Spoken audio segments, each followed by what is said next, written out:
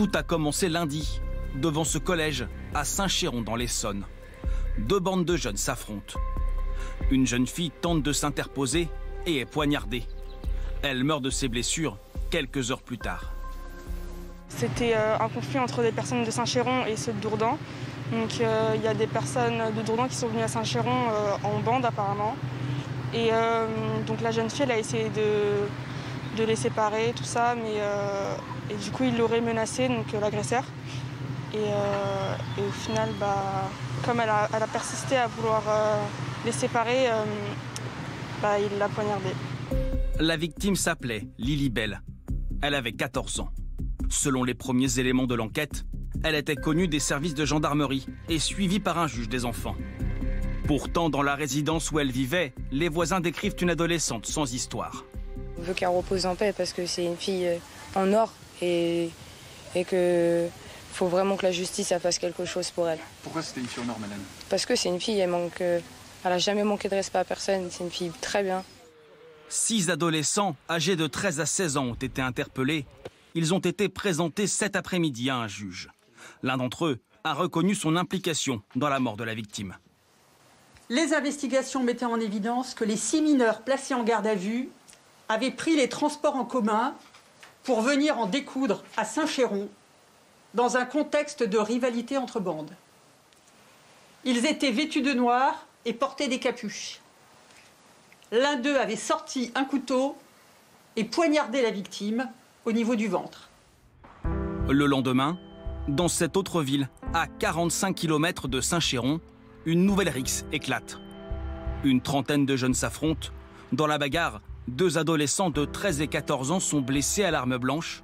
L'un d'entre eux n'a pas survécu. Ça a commencé sur le terrain de pétanque. On les a vus tous courir vers le parking de la piscine. Et puis là, j'ai vu un jeune homme tomber au sol. Et il a commencé à trembler. Moi, j'ai pas su quoi faire. Enfin, je l'ai regardé, ça m'a choqué un peu. Et là, après, direct, j'ai vu un de ses amis au téléphone appeler les secours. 7 mineurs ont été placés en garde à vue. Selon le maire de Boussy-Saint-Antoine, ce phénomène n'est pas nouveau dans sa commune. J'ai 41 ans et j'ai la chance d'administrer la ville dans laquelle j'ai grandi. Depuis que je suis tout petit, je connais cette culture de la confrontation entre ces deux quartiers. Et je sais aussi que c'est souvent sur le territoire de Boussy, qui est au milieu, qu'elle se manifeste, et parfois tragiquement. Même si on n'avait jamais atteint ce niveau de gravité. Des rixes fréquentes, au motif souvent futile. Guerre de territoire, tout simplement. C'est souvent des raisons futiles, en fait. Voilà, c'est la raison du plus fort qui l'emporte.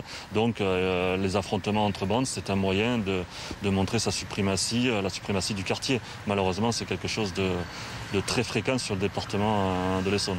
2 adolescents tués lors de rixes en moins de 24 heures. De quoi pousser le ministre de l'Intérieur à prendre des mesures. 100 policiers et gendarmes supplémentaires déployés dans le département. Aujourd'hui, le défi que nous devons, c'est un défi d'abord, bien sûr, de sécurité pour lutter contre ces rixes, ces bandes qui se multiplient, éviter l'année terrible de 2016 où il y a eu jusqu'à 9 décès de jeunes dans ces confrontations de bandes. Ça avait plutôt tendance à baisser, mais nous voyons que les terribles faits d'actualité nous rappellent que c'est toujours très présent, du fait notamment du mimétisme des réseaux sociaux, que nous devons évidemment prendre en compte. Une situation qui gangrène le département. Sur les 350 affrontements qui ont eu lieu l'an dernier en France, presque un tiers a eu lieu dans l'Essonne.